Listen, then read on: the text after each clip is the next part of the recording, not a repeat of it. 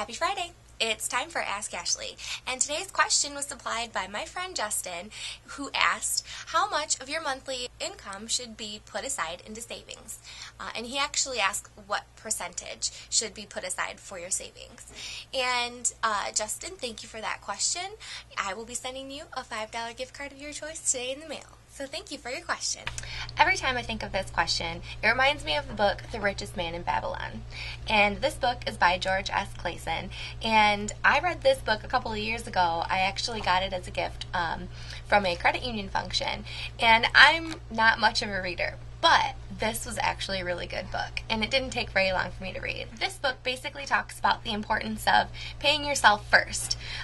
It kind of seems like a funny concept to most people because usually what you do is pay all of your creditors and all of your debts and everything first, and then you pay yourself with whichever is left over, or however much money is left over after you pay everyone.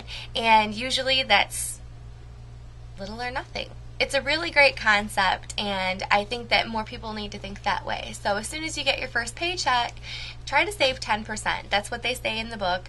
10% is a really good goal. Usually you're going to want to try to save 7 to 10% of your income each month. You do have to be disciplined to save this money because that's the whole goal. You do want to have something to show for all of your hard work at the end of each month and at the end of each year.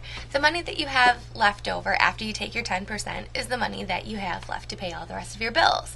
Now it might take a little bit of an adjustment because it's an additional bill, but it's a bill that you'd probably be happy to pay because you're actually paying yourself and not somebody else.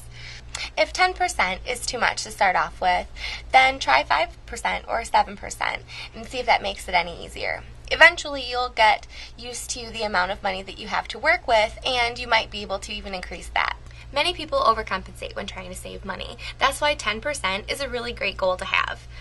A lot of people, they try to put away more than what they can afford to, and they end up cutting themselves short at the end of the month, and they end up taking away from that money that they've already saved. So try to stick with 10%. If you can't handle 10%, you can try a little bit less because anything is better than nothing.